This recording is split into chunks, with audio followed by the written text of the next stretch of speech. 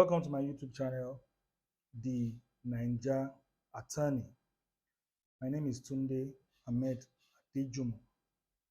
And today we'll be talking about drafting your pleadings, my 12 basic tips when you're drafting your pleadings as Claimant'S Counsel.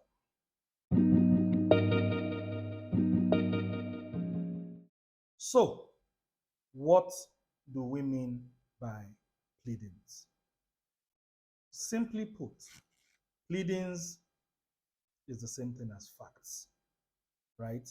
So when we talk about pleadings, we are talking about, or what we mean is the facts in support of a claimant's case, or the facts in opposition to the case presented by the claimant, right? So the facts in support of the claimant's case and the facts in support of the defendant's opposition to the claimant's case. So to the laymen out there, many of us have siblings growing up, right? So when, for example, when maybe a brother, a senior brother and a junior brother are fighting, right? And the parents call both of them and say, hey, you guys, stop fighting there. Both of them are crying.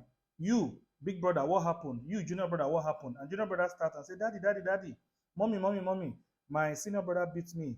I was sleeping. He pushed me out of the bed. He beat me. That's why I'm crying. Daddy, mommy will turn to the senior brother. Oh, what happened? And I will say, no, no, no, no, daddy, mommy, no. I did not beat him. I never touched him. I was sitting down minding my business. He was the one that came to me and started slapping me. Then I had to react, etc. What both of you are doing in that situation is what is called pleadings. The junior brother has adduced facts in support of his own contention that his senior brother beat him. The senior brother has also adduced facts in opposition to his junior brother's case, saying, I never beat him. Or even if I beat him up, it wasn't my fault. I was minding my business initially. What you guys are doing in that situation is pleadings. So, but when it comes to the court, it is the same thing. You are putting those facts, you are now placing it in writing in a legalistic way, and you are putting it before a court of law. That is essentially what pleadings are. Right?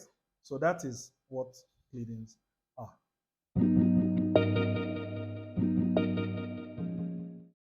Now, my 12 basic tips for drafting pleadings as Claimant'S Counsel.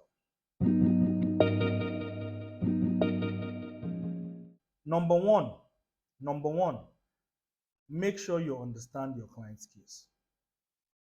This one cannot be overemphasized enough, right? Make sure you have a full and comprehensive understanding of your client's case. Because many times clients will approach you and give you certain information. Sometimes it can take hours, it can take days, it can even take weeks, right? So you have to be able to take in all that information your client has given you, analyze that information, and determine what your client's complaint or what your client's specific complaint is, right? And what your client wants done to remedy such complaint, right? So summarily, you need to be able to identify, oh, this is what my client is complaining about. And in the event that my client succeeds in court, these are the reliefs that my client would want a court to grant to him or her. This is very, very important. And in fact, your inability to do this properly many times can be fatal to a case. For example, your inability to be able to properly do this some times might make you misunderstand or have a wrong perception of what your client's cause of action is, And sometimes if you misdiagnose, if I may use that word, what your client's cause of action is, it might lead you to filing a matter in a court that does not have jurisdiction.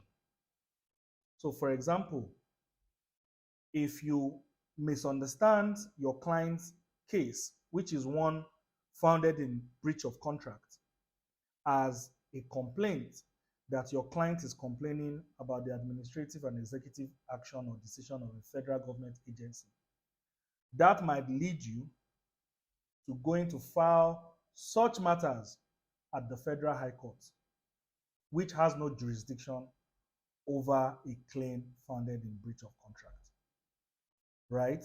So it is very, very, very important that you fully understand your client's case.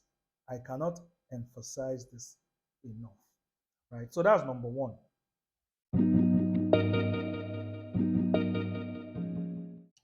Number two, simplify your client's case in your mind. So, what do I mean by this?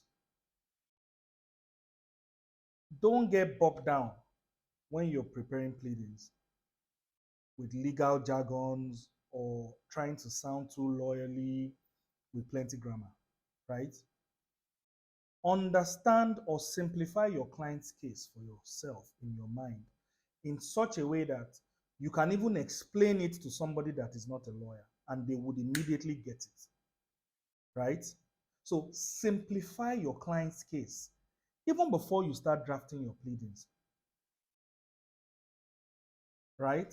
Make it so simple in that they can even wake you up from sleep and you can explain it to somebody that is not a lawyer and immediately the person will go, I get it, right? So that is my second tip. Simplify your client's case in your mind, and that will come true when you are preparing your pleadings. Do you understand? If a layman, if somebody that is not a lawyer can understand your pleadings like that, how much more do you think a judge who is trained, right, would understand your case? It will be much more easy for anybody to understand your case, and your client will stand a better chance of success rather than you drafting your pleadings and focus and your focus is on using big grammar, big language, you're trying to sound lawyerly. It's actually unnecessary in my view. So simplify your client's case in your mind and that will come true in your pleading. So that is my second tip.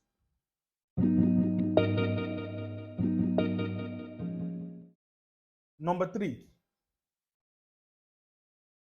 demand that your client provides you with his or her evidence in support of his or her case, right?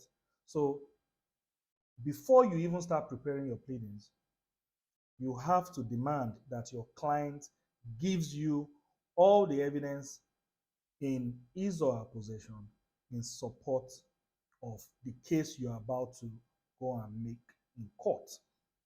This is very, very important and will save you from a lot of headache further down the line. For example, if you, for example, imagine a situation where maybe you are preparing a pleadings on your client's complaint which is founded in breach of contract, right? You would want to go through and analyze the actual agreement itself to see, for example, if there are any terms, conditions, clauses in the agreement that will contradict or is harmful to the position you want to take in court. You might also want to go through the agreement to see if there are any additional background facts that would further clarify the case of your client, etc. Right? So it is very, very important that you see all the evidence that your client has to support their case before you even start preparing the pleadings. That would give you a better comprehensive understanding of not only your client's case, but also assist you and aid you when it now gets to time to put down these facts into writing, which, of course, as I said earlier, is what pleadings is all about. So that is my third tip. Number 4, before proceeding to draft your pleadings, do a research on what the law requires you to prove before your client's case can succeed. Do a research on what the law needs to be proved before your client's case can succeed. So, for example, your client has approached you with a complaint of wrongful termination of employment, right? So, before you go ahead and draft his pleadings, you need to first do a research and understand what the law, judicial precedents, for example, what the law has stated needs to be proved before a case of wrongful termination of employment can succeed. So, for example, under our laws, right, generally speaking, before you can succeed in a claim of wrongful termination of employment, you have to prove that there was a contract of employment. You have to demonstrate the terms of the contract of employment, and you also have to demonstrate how your employer has breached the particular terms of the contract of employment, right? At least those three things. So when you understand that, or you've been able to determine that from your research, that would guide you now when it gets time to you to preparing your pleadings. Because now you know you need to adduce facts in your pleadings to establish the fact that there was a contract of employment between your client and his employer. 2, you need to plead facts to establish the particular terms and conditions under the contract that you are going to be relying on. And number 3, you need to plead facts to show how the employer has breached the particular terms and conditions of that agreement, right? So maybe, for example, under the agreement, they can only terminate your client's employment for, let's say, when he has misconducted himself, right? However, if you look at the reason while his employment was terminated, it wasn't for any ground of misconduct. So you would plead those facts to now show that, look, the termination of my client's employment for reasons outside the agreement amounts to a breach of the contract of employment, right? So, and you can do this with many other cause of action, where before you start drafting any pleadings, do a research into what the law requires you to prove before such a case succeeds. That will help guide you when it comes to you drafting your pleading. I cannot overemphasize this enough, right? And you'll be surprised by how many people, even lawyers, do not do this before they start preparing their pleadings. And this is very, very, very important in my view, right? So that's my fourth tip. Number 5, before proceeding to draft your pleadings, I want you to think of your opponent's possible defense and rebuttal to your client's case, right? So try and put yourself, after you have analyzed and you fully comprehend the case of your client, try and put yourself in the shoes of the opposing counsel and try and anticipate any defense or rebuttal to the case you're about to put down in your pleadings, right?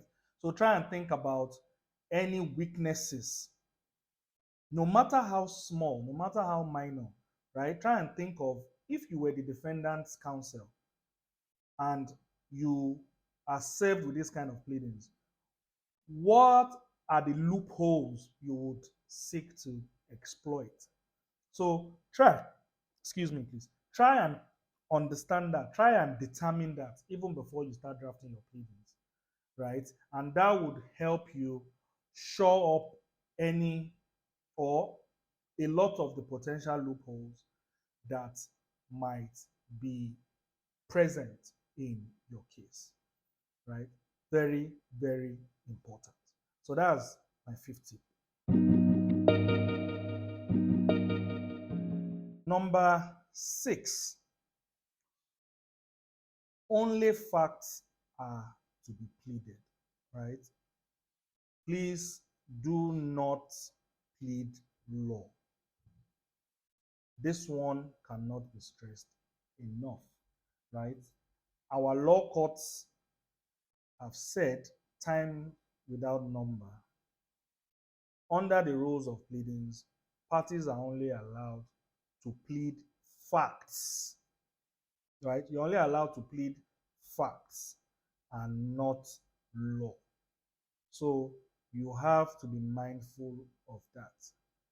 If your pleadings contains law, that might turn out to be fatal to your client's case.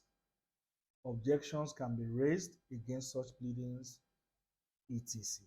So just save yourself all that headache and leave the law to your final written address. Just stick to the facts and, you know, leave it as that, right? I cannot stress this enough. So that's the sixth tip. I'll take number 7 and number 8 together. So tip number 7, take note of some facts that the law mandates you to specifically plead, right? So there are some facts that under the different rules of court, you are supposed to specifically plead and state in your pleadings. Some examples are like, illegality, fraud. Maybe you want to rely on a condition precedent. Issues such as that. The different rules of court have mandated that you specifically state this in your pleadings, and your failure to do so might be fatal to your client's case. So you need to be aware of these facts, right? Number 8, which is also closely related to tip number 7. Number 8, take note of some facts that the law mandates you to particularize, right? There are some facts under the various rules of court that the law provides that you have to particularize those facts. That means you have to be very, very specific, right, on those facts. So, for example, when it comes to special damages, the law prescribes that you need to particularize your special damages, right? You need to be detailed to the T on such facts. So pay attention to that, as many times if you don't, that can be fatal to your client's case. I cannot stress that enough. So again, number 7, take note of some facts that the law mandates you to specifically plead. I've given examples such as illegality, fraud, condition precedent. Number 8, take note of some facts that the law mandates you to particularize, such as special damages, right? Very, very important.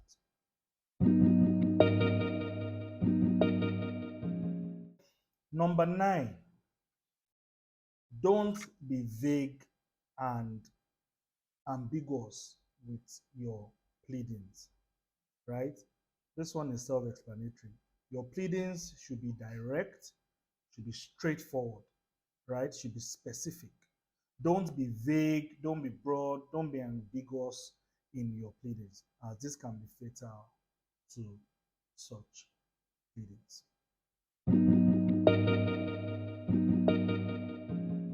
Number 10, don't overplead, right? Don't overplead. This one sounds so simple, but you'll be shocked as to how many times this happens. Don't overplead. Only plead what is necessary. Don't plead more than what you need to plead to make a case for your client, right? Don't plead more than what is necessary. Just go straight to the point, make that point, and leave every other thing alone. Because many times when you overplead, you can run into trouble, right? Because don't forget, every fact you plead, you need to prove via evidence, right? You need to adduce evidence to support every fact in your pleadings. And sometimes when you overplead, you add facts that does not add anything substantial to your main pleadings. And the law now requires you to prove those additional facts before the case you have made out can be established. You have put yourself in problem, right? So just go straight to the point. For example, I have a case of breach of contract maybe your client briefs you and his case is, look, someone else breached the terms of their contract. Don't start even pleading the motives behind the breach. Oh, this person B breached the contract because person B does not like person A, does not. All that is unnecessary. Stick to, oh, under the agreement, person B is supposed to do this, and this. Person A has met his own obligation under the agreement. However, person B has since refused to do 1, 2, 3 in line with the agreement. Simple, you have made your case. You don't need to go further than that.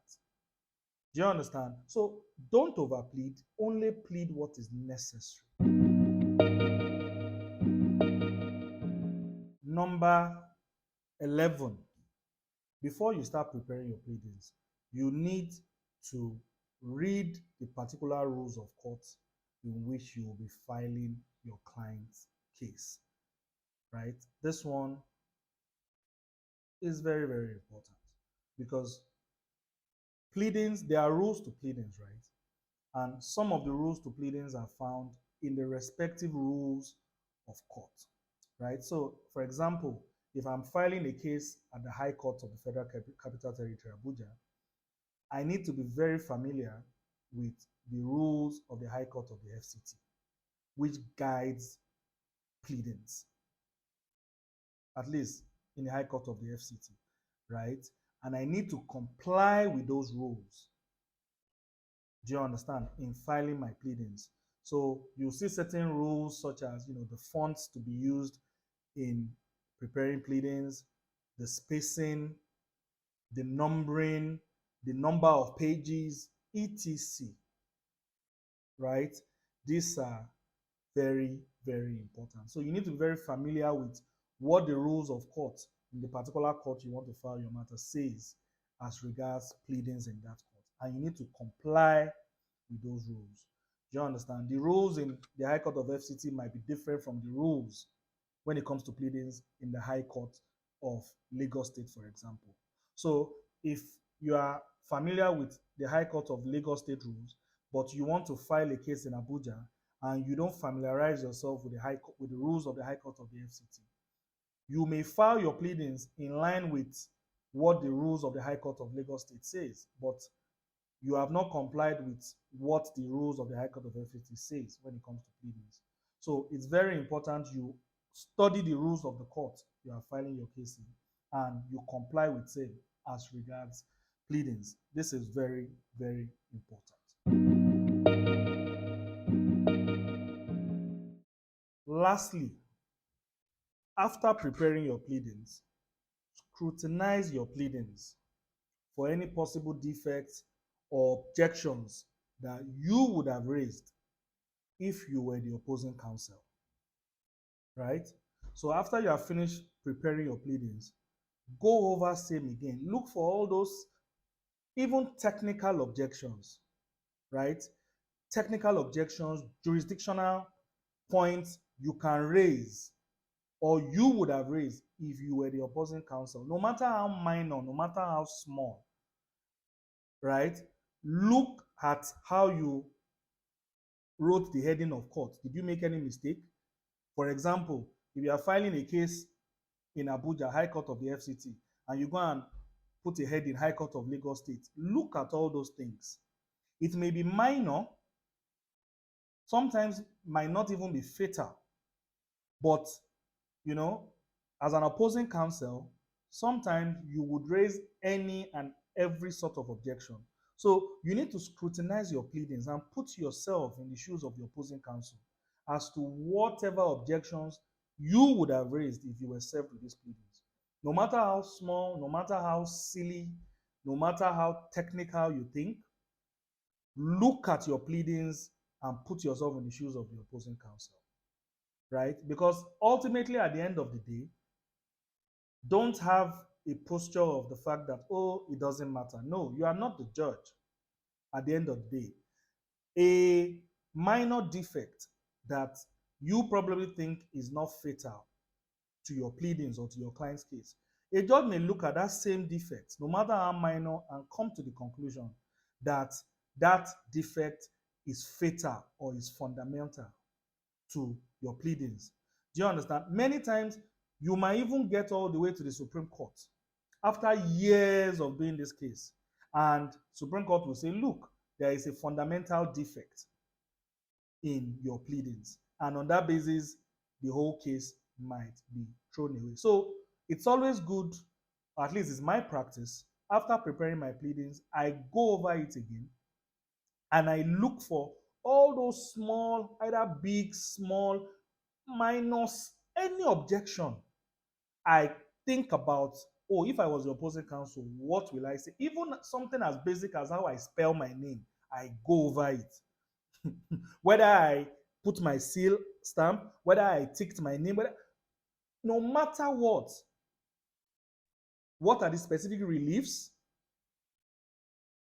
Does my relief in my statement of claim correspond with my reliefs in my writ of summons, for example? Are they exactly, no matter how small, did I use the right font? Did I use the right spacing?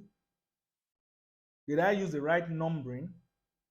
I go over everything because I put myself in the shoes of the opposing counsel. Now, many times, perhaps the opposing counsel does not raise some of these kind of objections, but you just never know.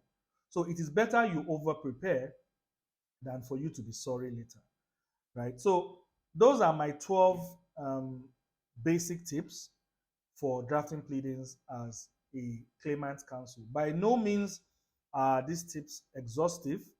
I'm sure everybody has one or two ways of um, going about drafting of pleadings, but these are just some tips I picked up from working with many senior lawyers.